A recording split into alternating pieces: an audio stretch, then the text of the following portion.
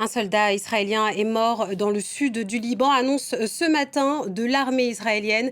C'est la deuxième fois que l'État hébreu fait part de la mort d'un soldat dans cette zone depuis l'entrée en vigueur vendredi d'une trêve de 10 jours. Et dans le même temps, les démolitions continuent. Des bâtiments, des maisons ont été de nouveau pris pour cible par l'armée israélienne ce samedi. C'est le cas à Benjbel. La commune est située à environ 5 km au nord de la frontière avec Israël. Et pour en parler, on va tout de suite retrouver Marie Yared, directrice des campagnes de l'ONG Havas. Bonjour, vous êtes à l'origine d'une pétition baptisée « Le Liban ne sera pas le prochain Gaza ». Alors avant de se pencher sur cette pétition, on vient d'en parler, donc les destructions se poursuivent dans le sud du Liban malgré donc le cessez-le-feu. Quel regard portez-vous sur la situation en cours ? Je suis personnellement affectée. J'ai une partie de ma famille qui habite au Liban.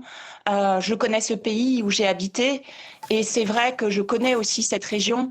C'est terrible de voir que des villages centenaires, parfois millénaires, sont complètement rasés. C'est terrible de voir ces bombardements.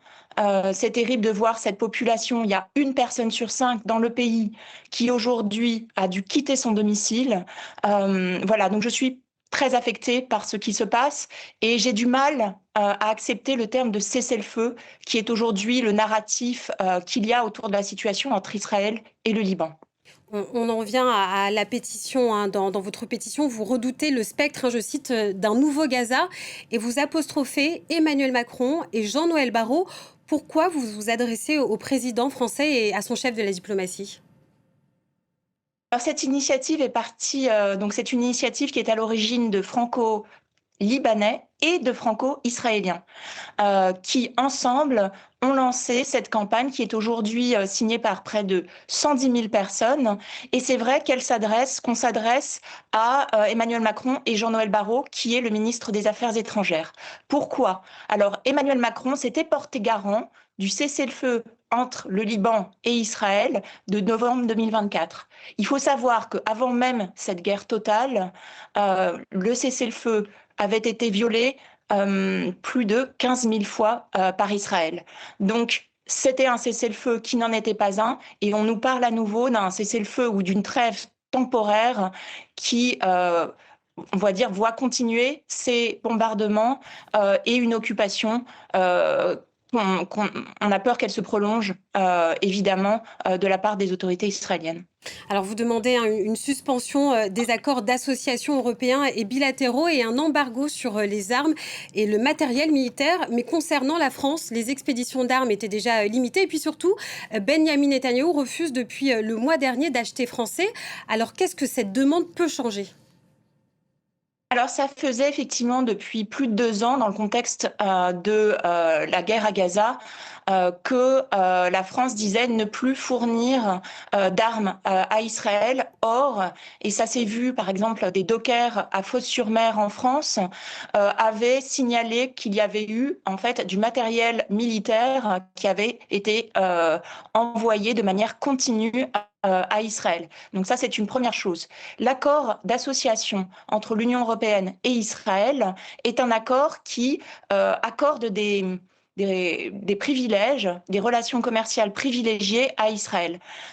Et cet accord devrait être suspendu à la première violation des droits humains par Israël. Or, on voit depuis plusieurs années, mais a fortiori aujourd'hui au Liban, que malgré ces violations répétées des droits humains par Israël, l'Union européenne et en particulier certains États membres renâclent à suspendre cet accord.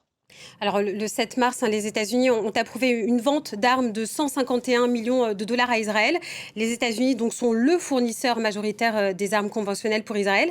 Est-ce qu'il ne faut pas plutôt regarder du côté de Washington ?